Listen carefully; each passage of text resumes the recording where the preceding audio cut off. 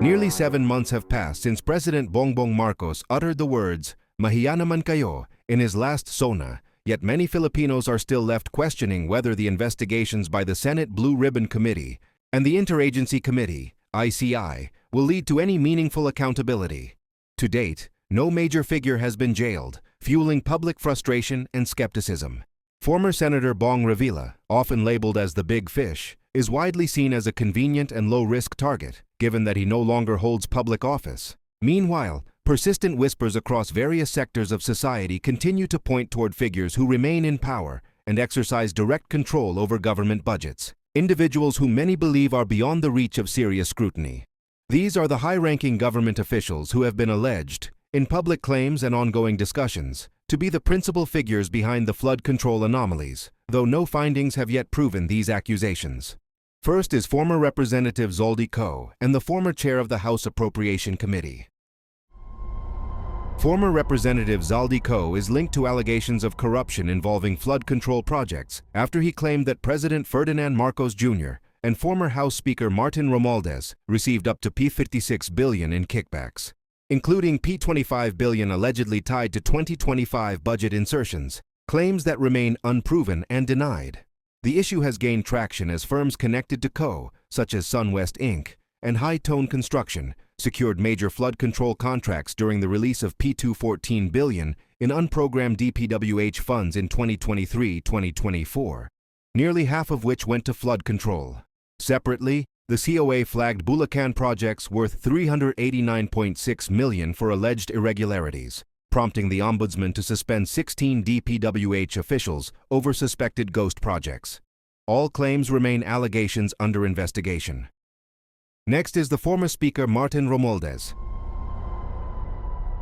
Martin Romualdez is alleged to be linked to corruption involving flood control projects, with claims that as much as P1.68 billion in kickbacks changed hands. The allegations stem from testimony by Orly Guteza, a former security aide of Zaldy Ko, and point to a wider network of lawmakers, contractors, and officials. The Department of Justice and the Office of the Ombudsman are currently investigating. Romualdez has categorically denied the claims, branding them as politically motivated and recycled accusations, and resigned as House Speaker on September 17, 2025, amid growing public scrutiny, while the case remains unproven and under investigation. And the alleged mastermind of all, President Ferdinand Bongbong Marcos Jr. President Ferdinand Bongbong Marcos Jr. has been named as the mastermind in a series of allegations linked to supposed corruption and irregularities in government-funded flood control projects, though no wrongdoing has been proven.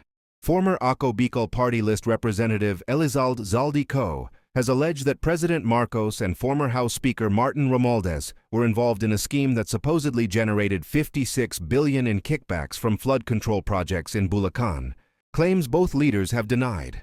Ko asserts that public funds intended for flood mitigation were allegedly diverted through irregular project arrangements.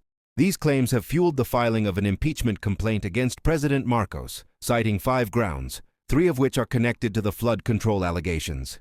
If substantiated, the accusations could potentially expose those implicated to impeachment proceedings, criminal and graft charges, asset forfeiture, and lasting political fallout. At present, all accusations remain allegations under scrutiny, and any liability will depend on the outcome of ongoing legal and institutional processes.